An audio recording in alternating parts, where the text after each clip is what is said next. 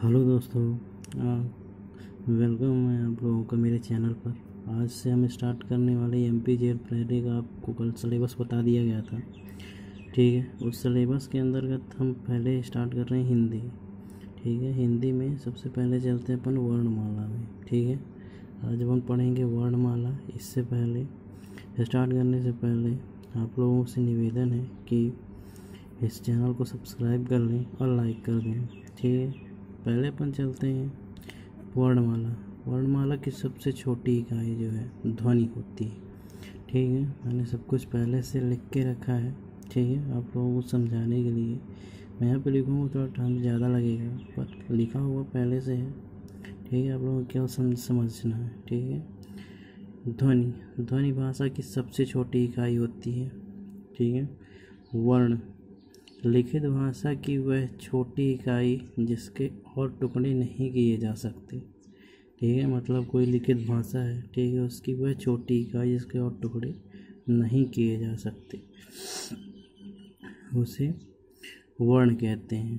फिर सबसे पहले जो सबसे छोटी इकाई है वो ध्वनि होती है। ठीक है, सबसे छोटी इकाई ध्वनि, फिर वर्ण, फिर शब्द, फिर वाक्य, फिर भाषा। ठीक है, कोई भी भाषा तब बनती है पहले ध्वनि। ठीक है, वोकल जिसको बोलते हैं, ध्वनि निकलती है। ठीक है, फिर वर्ण, वर्ण के बाद आता है शब्द, शब्द के बाद वाक्य, वाक्य के बाद भाषा। ठीक है, फिर आते हैं अपन स्वर। वे ध्वनियाँ, ठीक है, वे ध्वनियाँ जिनको बोलते समय मुंह बंद नहीं होता, मुंह बंद नहीं होता, उन्हें स्वर कहते हैं। ठीक है, ये देसी ट्रिक है। ठीक है, वे ध्वनियाँ जिनको बोलते समय मुंह बंद नहीं होता उन्हें स्वर कहते हैं। ठीक है, स्वर। अब आते हैं वाग्य यंत्र। वाग्य यंत्र सबसे बड़ा जो वाग्य यंत्र होता है उसे जीभ। ठीक है, हमारे सबसे बड़ा जो वाग्य यंत्र होता है वो जीभ है। ठीक है, एग्जाम्पल तो आप जानते हैं, स्वर। ठीक है, आ ई ओ। ठीक है, स्वर कितने होते हैं? स्वर 11 होते हैं। ठीक है, स्वर 11 होते हैं। ठीक है, स्वर केवल एक ही अक्षर होता है और किसी भी अक्षर से मिलके नहीं बना होता। ठीक है, स्वर केवल 11 होते हैं। ठीक है, वैसे जनरली अपन बचपन से पढ़ते आ रहे हैं स्वर 13 होते हैं, बट 13 नहीं, 11 होते हैं। ठीक है, आ ई उ ऋषि भी शामिल है, ए ओ अ, बस अंग और आ ये अयोग्य वाय होते हैं, इनमें हा पाया जाता है तो ये विसर्ग कहलाएगा। आ विसर्ग हो जाता है। ठीक है, और ये अंग और आ ये दोनों अयोग्य वाय शब्द कहलाते हैं। ठीक है, राष्ट्रीय लिपि जो है अपनी हिंदी की वो देवनागरी लिपि है। ठीक है, ये राष्ट्रीय लिपि है।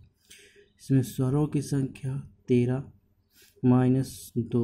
ठीक है, 13 में 2 घट गए ना तो 11 हो गई। ठीक है, एग्ज़ाम में यही लिखते हैं अपन, बड़े लेवल का जो एग्ज़ाम आता है और उसमें 10 स्वर लिखते हैं। ठीक है, क्योंकि जो ऋषि होता है वो रा और ई से मिल करके बना होता है। ठीक है, रा और ई से मिल करके बना होता है, इसलिए अपन इसे माइंड नहीं करते। ठीक है, इसलिए स्वर 10 ही होते हैं। ठीक है, बड़े लेवल के एग्ज़ाम में इसको यूज़ करते हैं, छोटे लेवल में अपन 11 ही लिखेंगे।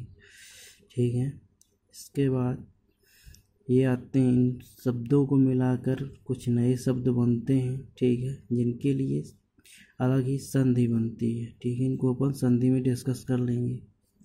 ठीक है, आगे चलते हैं अपन, यहाँ पे आते हैं।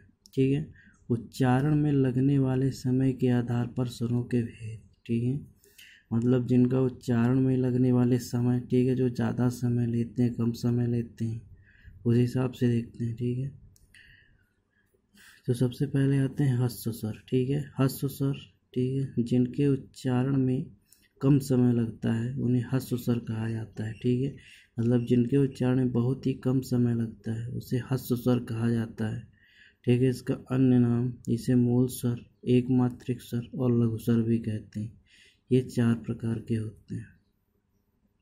ठीक है, ये 4 प्रकार के होते हैं, आ ई उ ऋषि। ठीक है, ये 4 प्रकार के होते हैं। फिर आते हैं दीर्घ स्वर। ठीक है, दीर्घ स्वर ह्रस्व स्वर से दुगना समय लेते हैं। ठीक है, जो दुगना समय लेते हैं उन्हें ह्रस्व स्वर, और ह्रस्व स्वर से उन्हें दीर्घ स्वर कहते हैं। जैसे बड़ा आ, बड़ी ई, बड़ा ऊ। ठीक है, बड़ा आ, बड़ी ई, बड़ा ऊ। इसका अन्य नाम इसे द्विमात्रिक स्वर भी कहते हैं। ठीक है, द्विमात्रिक स्वर, सजातीय स्वर भी इसे कहा जाता है। ठीक है, फिर आते हैं संयुक्त स्वर। तीसरा स्वर आ गया संयुक्त स्वर। ठीक है, दो से मिलकर बना स्वर। ठीक है, जो दो स्वर से मिले, जो मतलब ह्रस्व स्वर में भी और दीर्घ स्वर में भी, इन दोनों से जो मिलकर बने स्वर होते हैं उन्हें संयुक्त स्वर कहते हैं। जैसे ए ओ औ। ठीक है, ये मिलकर बने होते हैं आ ई। ठीक है, ए आ और ए से मिलकर बना होता है ए। ठीक है, आ और ओ से मिलकर बना होता है ओ, बड़ा और ओ से मिलकर बना होता है आ। ठीक है, इन्हें द्विमात्रिक स्वर, विजातीय स्वर, संधि स्वर भी कहते हैं। फिर आते हैं प्लुत स्वर। ठीक है, एक छोटा सा स्वर और है प्लुत स्वर। ठीक है, जिसका वो होता है। ठीक है, सबसे लंबा स्वर होता है, उच्चारण इसका ओम किया जाता है। ओम जानते हैं, बहुत देर तक होता है। ठीक है, ये होता है आगत स्वर भी इसे बोलते हैं, इसका नाम है। जैसे कॉलेज, ठीक है, नौसेफ, डॉक्टर, ये सारी चीज़ें। ठीक है, कल डिस्कस करेंगे जीव के भाग के आधार पर स्वर। ठीक है, जीव के भाग के आधार पर 3 स्वर होते हैं, अग्र, मध्य, पश्च। ठीक है, इसे कल डिस्कस करेंगे।